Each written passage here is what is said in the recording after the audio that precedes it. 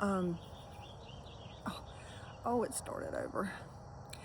Good morning. It's July 30th, 2026. My name is Angie. I'm coming to you from Evergreen, North Carolina. Um, I actually am blessed to have two places I stay at. I stay in Rayford and I stay in Evergreen, and hopefully the beach soon. I pulled some cards this morning for the collective. And the first card that I got out of already marked them, the Little Witches Oracle deck by Ariel Cusby, art by Olga Baumert. The first one I pulled was the Spider. Well, the first one that came out. They all came out together. Well, yeah, the Spider. Patience, craft, self-protection. Don't be scared of spiders. I know that there are spiders out there that are poisonous. They normally try to avoid us at all costs. And we do have them for a reason. So the Spider. Patience, craft, self-protection. The spider is a master of patiently working on its craft. Have you ever watched a spider spin a web? While web building may seem painstaking and tedious, the spider works slowly and carefully to weave intricate designs into thin air. This card asks you to be humble and develop your skills. Do not expect to succeed without putting in solid work. Remember to be patient. The best accomplishments in life do not come easily. For such a tiny and quiet creature, the spider is quite fearsome and not to be messed with. Sometimes the spider is feared for being dangerous or even deadly, while other times it is celebrated for its wisdom and ability to keep the insect population in check. No matter how you feel about the spider, you must never kill it. Respect this small but mighty being and the success it can inspire in your life. Witch practice. Web weaving ritual. On a piece of white paper, we drew this the other day. Draw a small picture in the center with pencil. This image should represent something you really, really want, but might take a lot of practice or work to get. 54 years. For example, if you want to become a professional musician or athlete one day, draw an image of your instrument or sports. Actually, 50 years to come back to my 4-year-old self. When I was 4 years old, I was running at school through a playground, and I never understood what happened to me. I ran face first into a tree.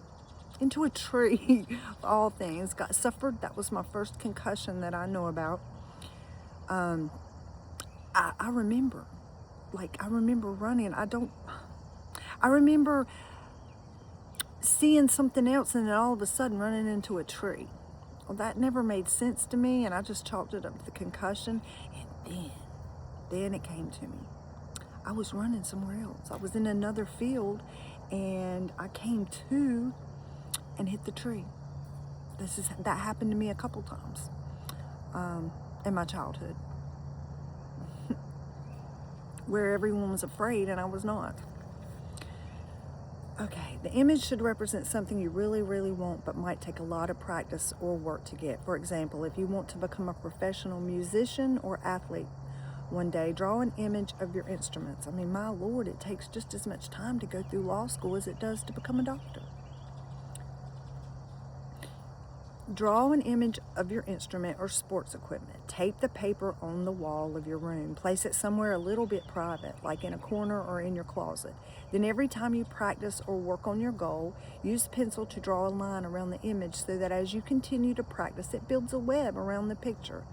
Continue until you have a web that fills the entire paper. It's encouragement. When you do this, it causes you to focus on what it is and continue on. The next card was the broom. And I've gotten this one before too. I keep seeing a broom. I'm going to make some natural brooms. The broom may not look very magical, but in the hands of a witch, it can be a powerful tool of cleansing and protection, also known as the besom or besom. The broom can banish old, unwanted energies from a space or provide magical protection when placed by a door or window. That's funny because I always place a broom by the door. The broom suggests you need to pay more attention to your physical space or to negative energies in your life that you might want to sweep away. What is holding you back that you no longer need in your life? Let me just caution you. Before looking around you and blaming other people, you might want to go inside yourself. It could be something you're holding on to. Once it is gone, will you need to prepare extra protection to make sure it does not come back? It's a question once it's gone.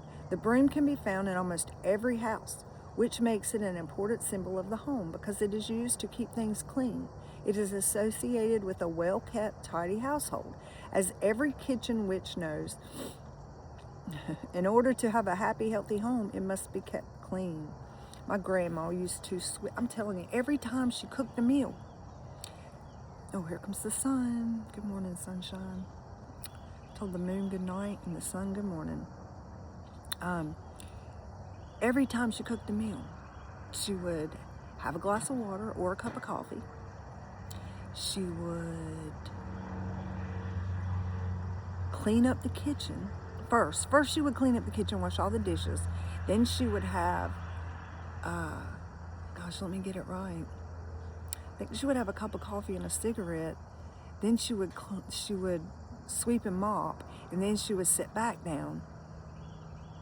I think maybe it was probably after she cooked. She swept and mopped everything before she sat down. She was just such a busy woman. Sweep or vacuum your floor, your room, working your way toward the door. As you clean, think about something unwanted in your life that you'd like to get rid of.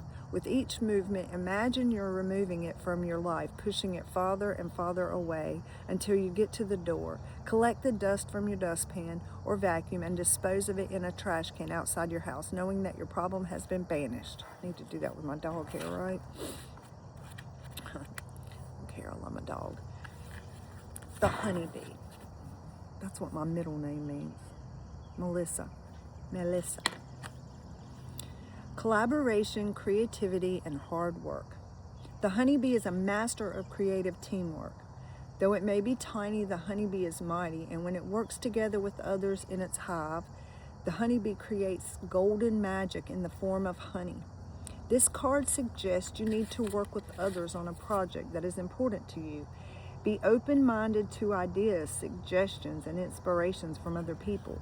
The honeybee knows there is power in numbers. It's possible you may need to compromise, but the result will be worth it.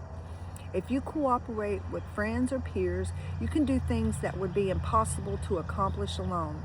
The honeybee works hard for itself and others. It spends its entire life devoted to the task of collecting pollen and nectar for its hive. And this dedication rewards all the other honeybees in the community. Don't give up your goals, the honeybee says. Just keep going, help others, and accept support offered to you. Sweet treats await you. Witch practice. Be a team ritual. Before working on a project with another person or group, eat a small spoonful of honey. You can use another sweetener if needed, such as maple syrup or agave.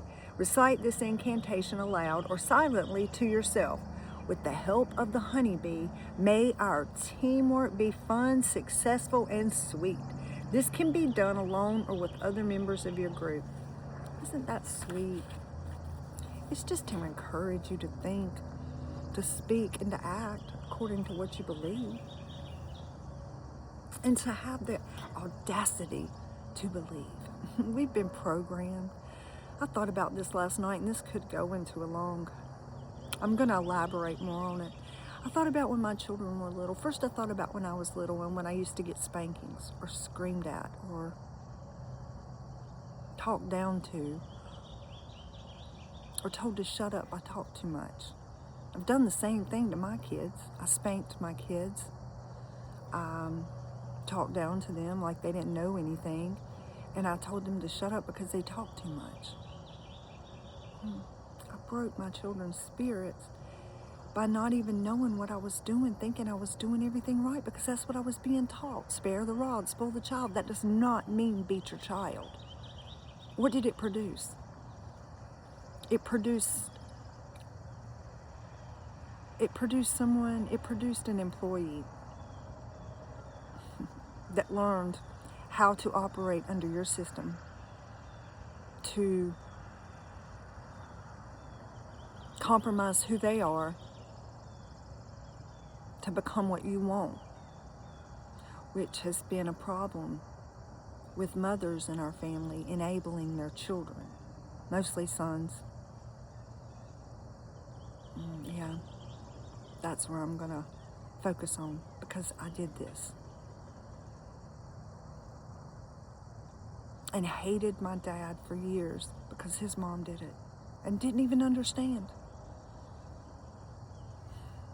And my dad's mother did it. It goes way back into my roots. And I dare say it probably goes way back into yours. And we thought we were doing the right thing. They thought they were doing the right thing. And I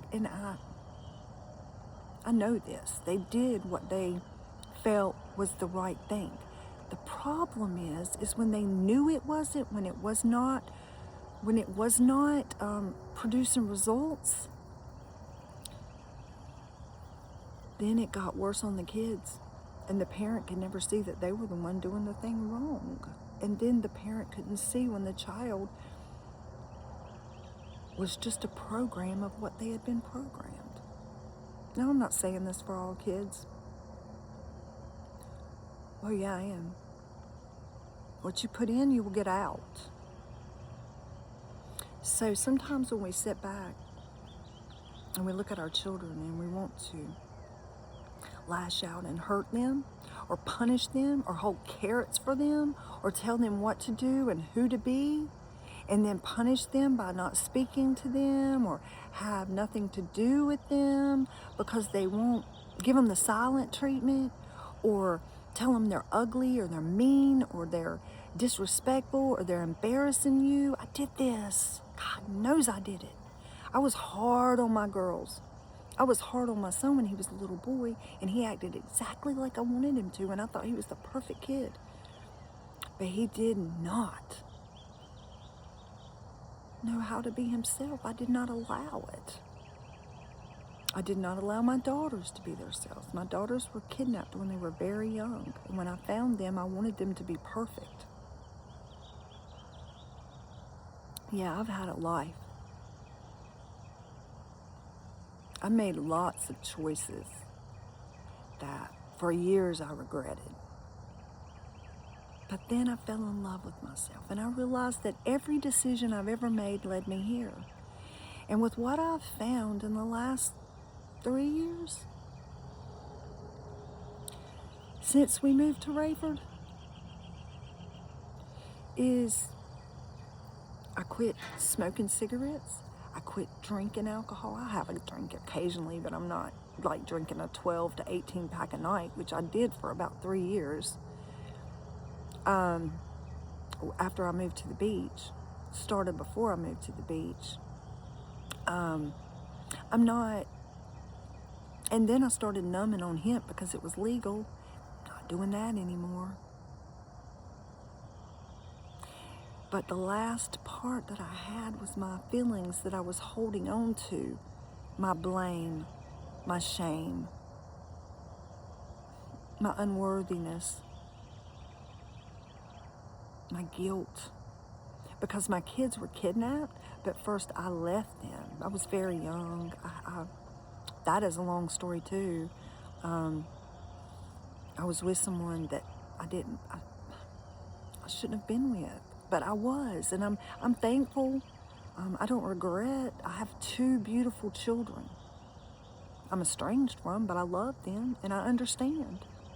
See, there's a lot of parents right now, and I'm going around in a rant, but I will elaborate more because this is why I'm here. There are a lot of parents out here that are estranged from their children and their grandchildren, and they're mad, and they're hurt, and they're angry, and they're ashamed, and they don't talk about it. When they do talk about it, their kid is just the worst thing ever, and how could they do them this way? Well, somewhere in there was a door opened that allowed this. So go find that door. Go find your part. You can't change your child, but you can accept them and love them. You can accept the decisions they make, honor them by allowing them and letting them go. They're not your property. They were supposed to be your joy.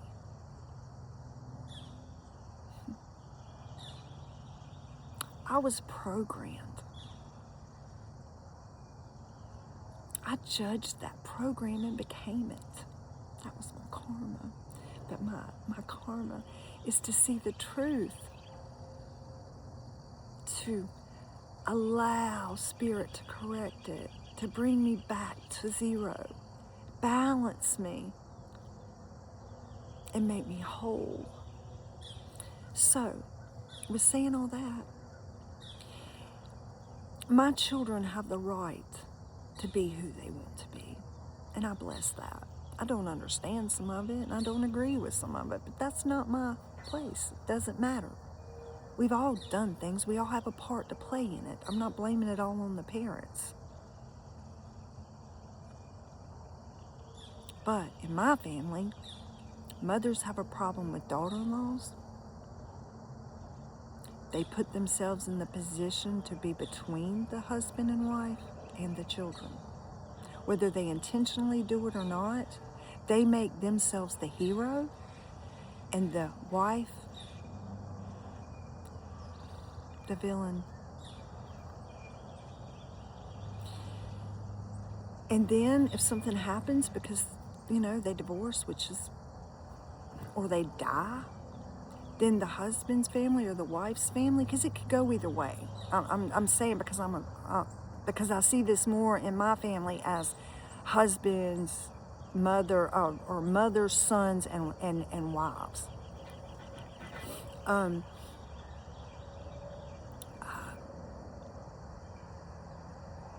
They make decisions. Let them go. Release them. You know that old saying? If something loves you, it'll come back. If you love something, let it go. If it comes back, then it was meant. If it wasn't, well, they have their own life to live. They have their own destiny.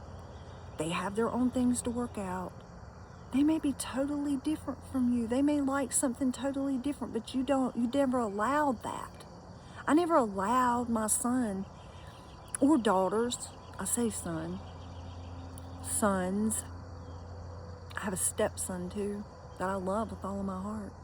But I showed partiality to my baby because I thought I did him right and all the rest of them wrong as far as raising them. And no, they were all equal. They all got that piece of me. But now I see and I understand.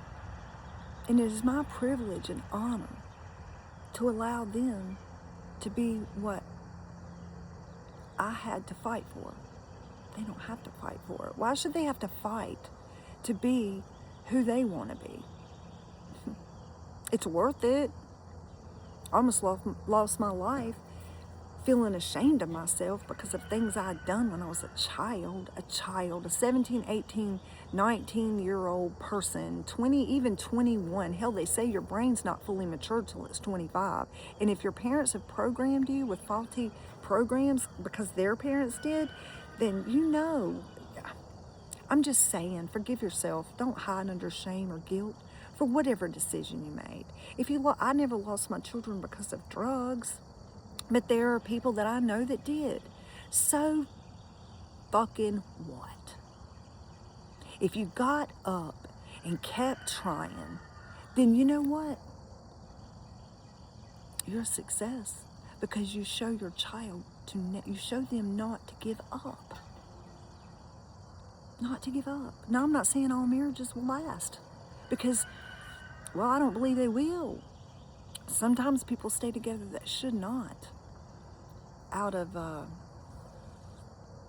need to be right, out of their ego, out of compromise, and then they're miserable. They're miserable, and that misery is leached out into their children. So, think about that. What do you want? The greatest thing that I can think of that I want is to be true to myself and to be full of joy and love and spread that. And although this year has been the hardest year of my life, it has been the most needed, and it has caused the most growth in me, in my marriage, in my family, but most of all in me. And I'm thankful for that because I do love myself now, and I forgive myself. I don't have guilt and shame.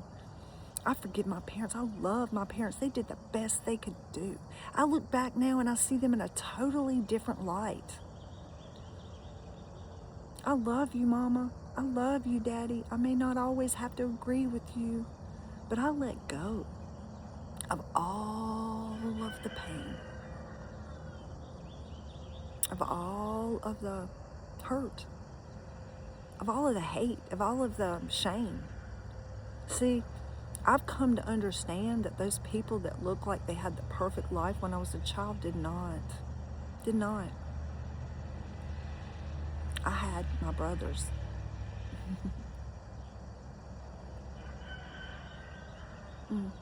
Y'all gave me something that is precious. I was raised with my brothers, and they loved me. And I helped them, and they helped me.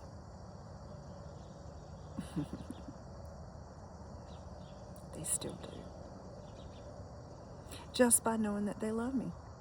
And whatever they're doing in their life, okay, that's their life. We're connected by our heart.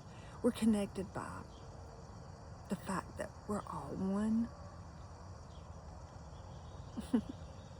We're all one. And I know this has been choppy and all over the place, but that's okay. The message is out. We have children not to own. They're supposed to be for our joy, not to destroy, not to demean,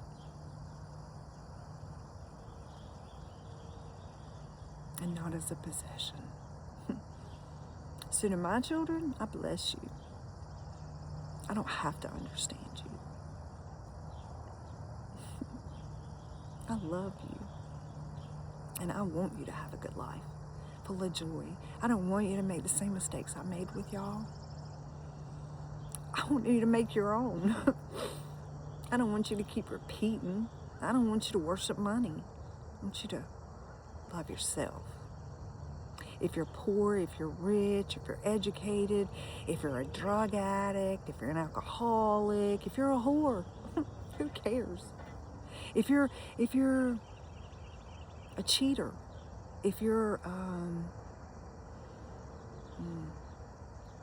if you beat your child, I'm sorry that you did that, and I'm very sorry for your child. Figure out why. Apologize, for God's sakes, apologize. There's nothing hard about apology except for swallowing your pride.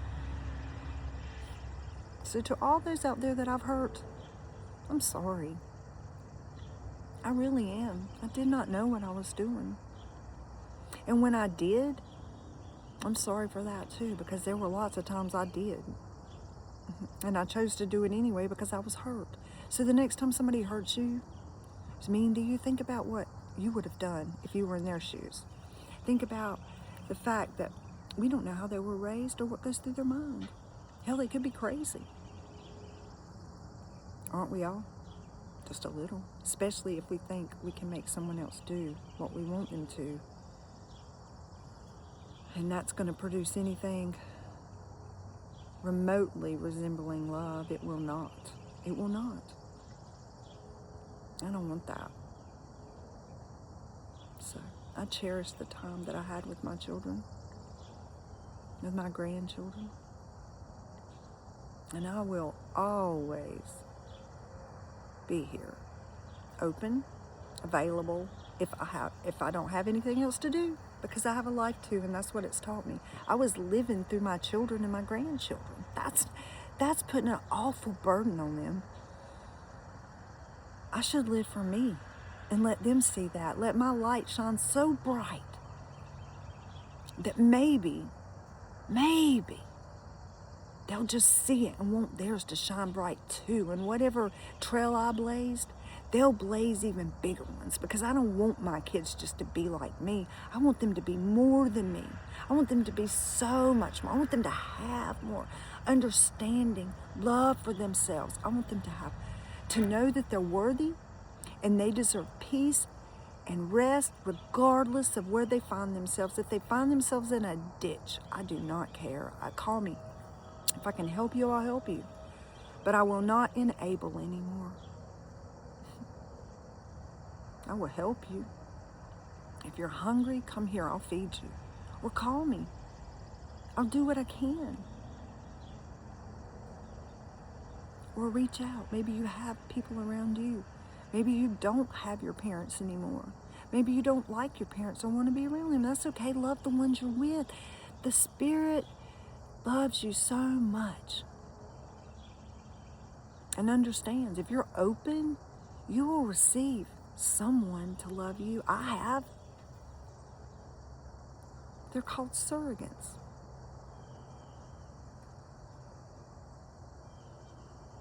Are they really though? No, they're not. We call them that. I found the ability to love everyone's kids. And what I've seen is the old ones are more childish than the babies. And I see the kid in them too. And when you can see the kid in your parent, you can love them. Because aren't we all just big freaking kids that were forced into an identity we didn't want? Only trying to find ourselves back to where we started. The me that was beat out of me, or told I wasn't good enough, or I needed to shut up. We all were done that way. For those of you who weren't, oh my gosh, get on here and start telling what that was like. Be an example. Show us. Let your light shine so that the world can see that there is another way. There's life and love. There's respect. And when your child comes to you and wants to talk to you or tell you or ask you why, listen. What does that really cost you to use your ear? For you that have ears to hear, hear. For you that have eyes to see, see. For you that have a heart to receive, receive. Be in this world what you want to be. Be who you are, nothing more, nothing less. Because in that, when you find yourself and you love yourself, nothing else matters. You can get through anything. In trying to take my life, I learned to love myself. And for that, I'm thankful I didn't die. I'm very thankful. I know that I'm worthy. That I don't have anything to feel guilty for or shame. Neither do you. So, broken or unbroken, the salve we need comes from within. You're never going to reach it from without. what is inside of a man will come out of a man. And whatever is in will come out. So let your light rekindle. Let it shine. Be who you are. You're enough. You are enough. So with that, take your little enough self. Go have a good day. Be full of joy. And if you have to have a fit, go have a fit. Just try to keep it to yourself. You don't have to be perfect. There's not a perfect person on this world, or on this earth, or out of this earth.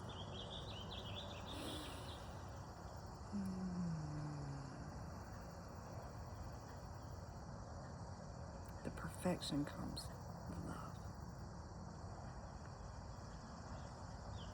And sometimes it comes with loving those that can't love you. And they need that. So do we. Teaches us a whole different lesson. So, I'm going to go. I made this really long. Thank you for all those that watched till the end. Please like, share if you want to. Subscribe. Or block. No big deal. Spirit will make sure the ones that need to hear this hear it. When they need to hear it. I just had to be obedient. So from Evergreen, North Carolina, from my home to yours, Kota Yama Koto Bashkota Iaman Diama Shokoto Beya. My sister, my brother, be blessed. My friend, my lover of my soul. Be blessed.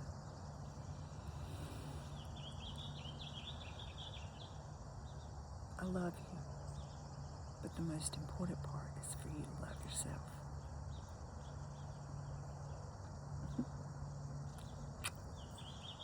Till we meet again.